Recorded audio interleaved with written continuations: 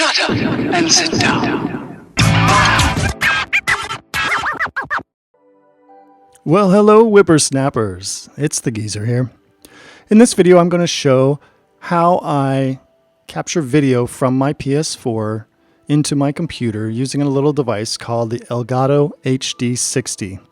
It's a little capture card, and it's a little box and fits in the palm of your hand, and it's cute and does a good job, and it's pretty easy to set up. But in case some of you are new and wanting to get into YouTubing or just recording gameplay videos, I thought I would show how to set it up and just explain a little bit about the basics. And I'm doing this from a PS4, but it could be from any console, the Xbox or the WiiU. The Elgato works with all of them. I'm also on a Mac laptop, but the Elgato works with the PC as well. It's pretty versatile and works really well.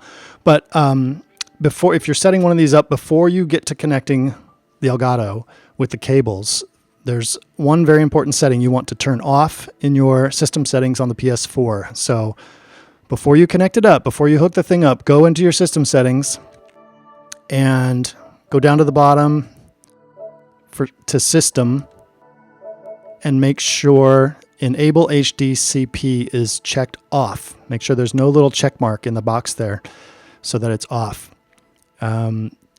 And if you do turn that off, it should work fine. If you don't turn that off, or if you forget to, you won't get any video. It'll just be black or it'll be flashing. But keep in mind, if you're using your console, or in this case the PS4, for something else, as it says there in the screen, it says if you turn off this setting, some applications cannot be used. And that's probably applications that have copy protection, like movies.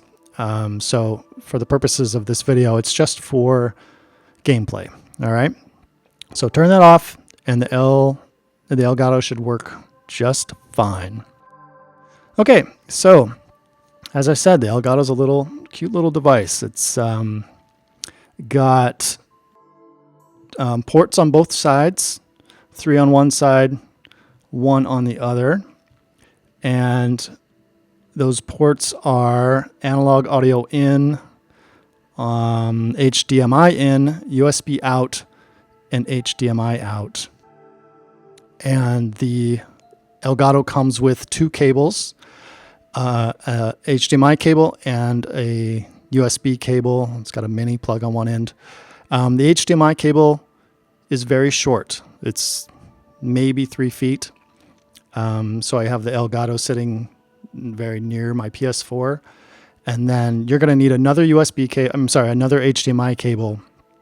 And probably a longer one, but maybe not. But so if you don't already have another HDMI cable, but you probably do. But if you don't, make sure you have another one before you try hooking up your Elgato. Okay, so when you first want to hook this up, you've got your Elgato, you've got your cables, and for me, it's the PS4. We're going to take the PS4 and go into the HDMI in on the Elgato, right?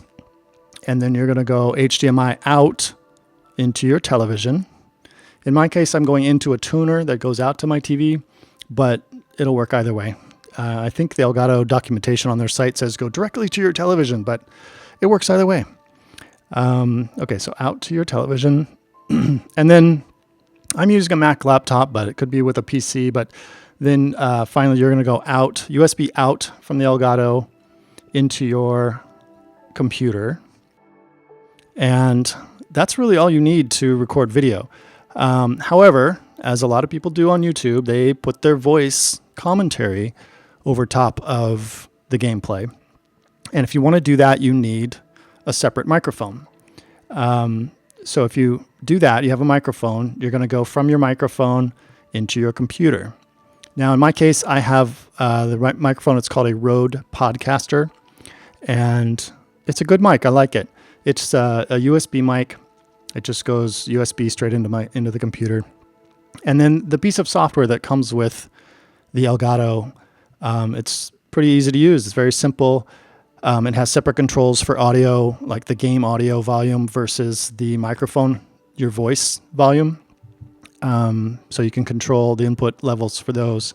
It also has a checkbox that you can turn on that will lower the volume of the gameplay audio when you're speaking. So that's pretty handy. And then also the software allows you to do streaming if you want. I haven't used it for that. I've just done it for recording gameplay, but you can do live streaming. It does a lot. It's pretty cool. Another thing I should explain is I don't use that analog audio in port on the Elgato, but that would be for something like plugging in headphones, or if you're using a headset with a microphone. You would need some other cables to connect that up, but Elgato does make a cable they call a chat link cable, where you would plug your headset into that and then go out of that into the analog audio in, and then you would also go into your computer for the microphone. But I haven't used that, so this video is just for how I have things set up on my end, how I'm doing it. And that's this diagram right here. It's very simple. Out of the PS4 into the Elgato, out of the Elgato into the TV, out of the Elgato into the computer, and microphone into the computer. And that's it. Then I record the video using the Elgato software. When I'm done, that's the raw video. When I'm done, I save that and it makes a movie file. And then I bring that into Final Cut Pro 10 or FCPX. Some people might know it as. And I do some minor editing there. But that's about it. It's a pretty easy and simple setup, and it works really well. So I thought I would share that with you, and I hope that was helpful. I'm also going to put links down below in the description of the different devices that I've got in case anybody wants to replicate what I'm doing too. I'll put the Elgato in there, the Star Wars PS4, the Rode Podcaster. That way, if you want to do this same setup, you can get those. It'll just be links to Amazon. And that's going to be it. If anybody has any questions, feel free to post comments. If anybody's interested, I might do a video about the Elgato capture software. It's pretty straightforward. And then I could also do a video about how I'm doing some of the editing in Final Cut Pro, if anybody's interested. So let me know in the comments if you are, and I can do those videos. But that's going to be it for now, snappers. I will catch you next time.